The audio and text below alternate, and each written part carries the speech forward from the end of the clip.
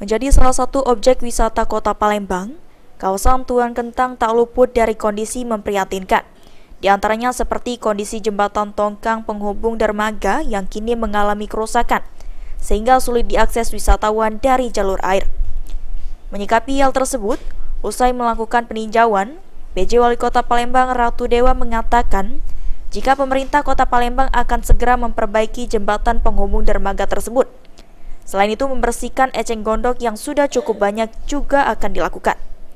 Langkah cepat diambil lantaran Tuan Kentang merupakan spot wisata Palembang yang menyajikan berbagai macam objek seperti rumah kembar yang berusia lebih dari 1 abad hingga serta sentra kerajinan khas Palembang. Pertama saya meninjau ada kerajinan khas Palembang di Tuan Kentang. Saya kira ini adalah potensi wisata yang ada. Terus lanjut meninjau karena istilahnya itu jembatan penghubung dengan tongkang yang ada sana terputus, untuk segera kita adakan perbaikan. Terus di sini ada juga rumah kembar, kita kunjungi juga. Ternyata ini ada sebuah potensi, apalagi sudah relatif lama, maka akan menjadi destinasi wisata bagi Kota Palembang. Saya kira itu. Sandi Pratama, PAL TV. Kamu umurnya tapi rumah ini kan